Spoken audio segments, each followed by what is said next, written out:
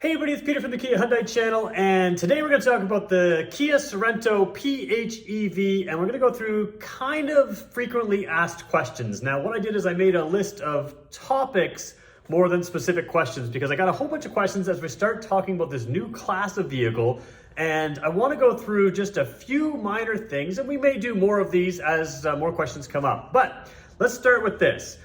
This 2.6 liters per 100 kilometers is what I averaged driving 37 minutes in the vehicle the very first time I drove it.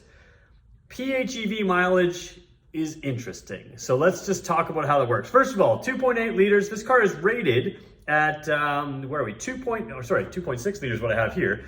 2.6 to 3.2. So that's 2.6 city to 3.2 liters per 100 kilometers highway. Now, if you're American, you're gonna have to do a conversion online. I don't have the miles per gallon numbers, but exceptionally good. That's very few liters for pretty good kilometers. But that's what I got. And again, rated at 2.8 to 3.2 city highway. Just for comparison purposes, the rating for the 2.5 turbo Sorento is 11.1 in the city, not 2.8, and 8.4 on the highway, not 3.2. And then the base engine, the 2.5 liter non-turbo, 10.1 in the city, 9.2. So again, 10.1 compared to 2.8, 9.2 compared to 3.2. There's no way to candy coat it. The PHEV gets phenomenal mileage. But then I get asked all kinds of questions because depending on how you do your math, you could actually make this number zero. Like it would use no liters per 100 kilometers because the car has 51 kilometers of pure electric range. So you can very easily skew those numbers. You could also make it much worse by getting on the throttle and that kind of thing, using sport mode, keeping the gasoline engine running, idling a lot with maybe the heat cranked full blast. So there are ways to tweak this mileage to get it worse and actually to get it much, much better as well. So the short answer is, what is my fuel mileage? I don't think that the ratings can necessarily be taken the same way they could with a gas car. I think you're gonna see some variance in there. You're gonna certainly see days where you do much, much better than this. A lot of short driving. Again, 51 kilometers is a lot of kilometers, pure electric driving. A lot of us don't do that much. And even if you did do that much, we'll talk about some differences there too. But pure electric range, you can do 0 liters per 100 kilometers if you wanted to. Now, one key piece to this vehicle is some plug-in hybrid electric vehicles, once you run out of your pure electric range, you actually kind of get poor mileage because you're just a regular gasoline engine towing around a whole bunch of extra batteries and components. And I keep pointing this out, the Jeep 4xe Wrangler, the #1 selling PHEV in the United States as of lately, that doesn't do very good mileage once you run out of your electric range. So on that vehicle, if you're planning on doing long trips, it may not be your best choice because it also comes with a smaller fuel tank. And once you've gone out of your, I think it's 35 or so kilometers of electric range on that car, it's the worst choice for mileage. It's the worst choice, the less good choice. Our cars are different. So Kia Hyundai vehicles, once they run out of electric range, you still get ultra efficient hybrid range. So you're still gonna have many times where you're driving on purely electric, even when your plugged in range kind of falls out of place. So really quickly, why does that work? Basically, you're never consuming your entire battery. You're just consuming part of it. There's some part at the bottom that's reserved. And because of, basically our history with hybrid vehicles, we've been doing them for a long, long time. They make that a very efficient driving experience. So as your engine's running, it can charge the battery. As you're coasting and braking, it can charge the battery. And a regular hybrid does not need to be ever charged to give you fantastic fuel efficiency. And I think the hybrid is in that 6 to 7, if the hybrid version of the Sorento is at 6 to 7 liters per 100 kilometers, you can see that's significantly better than the, let's call it 8 to 11 liters per 100 kilometers of the regular turbo. So you will get exceptional fuel efficiency. PHEVs are actually better hybrids than regular hybrids. They've got a bigger battery. They can make use of that. So range is a number where you're gonna see it on a government rating website, and we have people who drive, I've seen people, I've talked to people who have driven, 800 kilometers without using fuel. That's a rare case, but it's entirely possible. So range is a number that's kind of funny. What I will tell you is you're gonna get exceptional mileage whether you're plugged in or not plugged in on this vehicle. And I think that's a starting point. So we can carry on about that in the future. If you have more questions, just let me know in the comments and we'll go from there.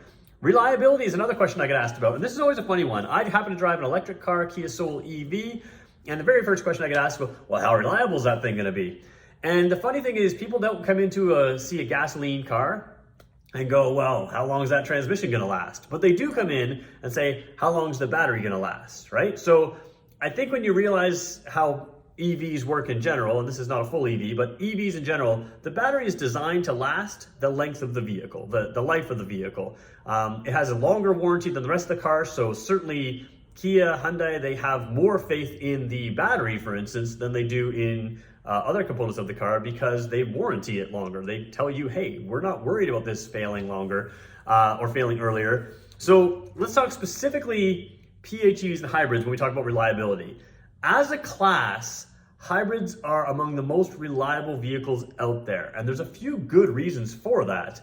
First of all, battery reliability. The battery is managed very well. It never fully drains, it rarely fully charges, which is kind of the thing you want, and it just manages it temperature-wise, and it manages the amount of battery use, so that's a good thing. Aside from the battery, your gasoline engine is actually managed much better as well. If you think about it, a hard acceleration in a PHEV is not as hard on the gas engine as it would be on a pure gas car because you have that electric torque, that electric motor assisting it. So your engine, in most cases, never works as hard.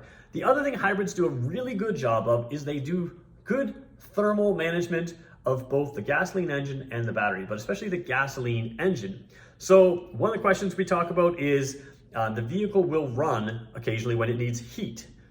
You want to let the engine run. This is all about reliability as well. If the car decides it needs to let the engine run, there's a lot of good reasons to do that. One, you want the gasoline in your tank to continue to go through that. You don't want it just sitting there for months and months and months. So you want the gasoline engine running there. The other thing is you want your engine to be ready to fire.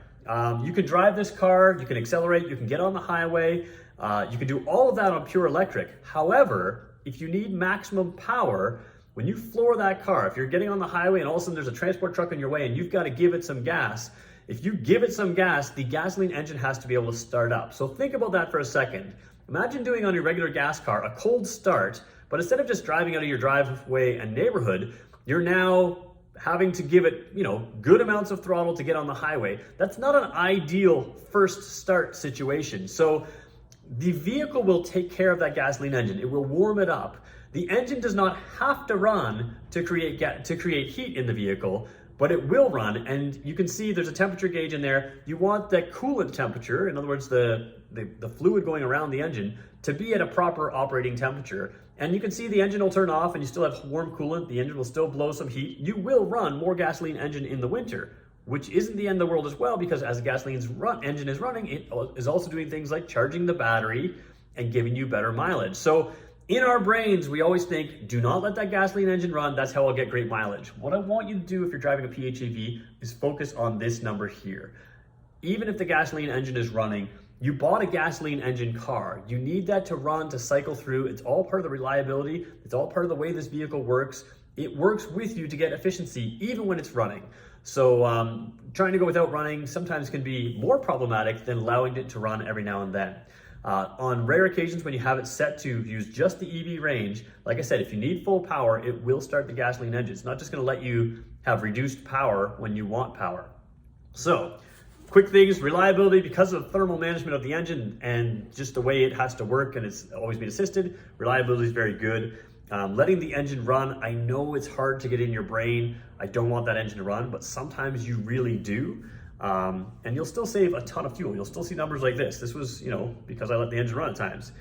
Final thing I want to talk about is charging options. It depends on what you want to do. The car comes with a regular wall plug, just like your cell phone. It plugs into the wall. If you have a garage or an outdoor plug, you can plug that car in. You can use that plug indoors, outdoors. It's fine. In most cases, that's all I recommend for people, because most of the time you're going to do your drive and run around. You're never stranded, just the same as with a gasoline car. You're never stranded, you have gas. And it saves you the expense of putting in a charger.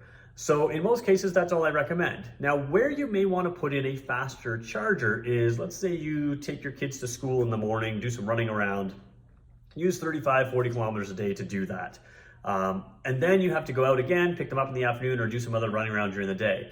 if you have a charger, a level 2 charger, excuse me, so that's an upgraded charger, that will charge significantly faster and allow you to do more EV driving. So you can judge on your driving habits how much you want to use that charger. Obviously, EV driving is going to go 0 liters per 100 kilometers. It's much cheaper to fuel your vehicle through electricity than to use gasoline. So you want to try to do that as you can. But for most people, driving around overnight, even if you do your full 50 kilometers, you do another 25, 30, 40, 50, you're still getting hybrid mileage every night you come in.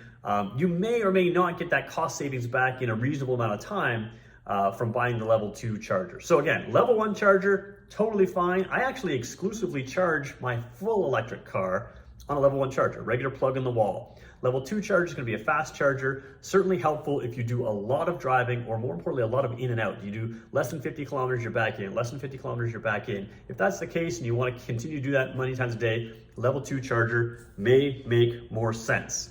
The last final thing I want to talk about, I do long videos. That's part of what we do here. We go really in depth with these cars. These cars have a ton of technology, and some people feel intimidated by them. So here's what you need to know if you feel intimidated by a PHEV. You get in, you hit the start button, you drive. That's it. That's what you need to know to get great mileage in this vehicle. The only other thing you're going to want to do to get exceptional mileage is when you come back home, you're going to take a plug off the wall, you're going to plug it in the front. It's super simple. If you can plug in a toaster, you can plug in an electric car. It's not hard to do. That is the only learning curve you have to do. Beyond that, you can do things like the car has a coaching mode where it can coach you in a hybrid mode to get better mileage. It's called coasting mode. We can go over that in a whole different thing.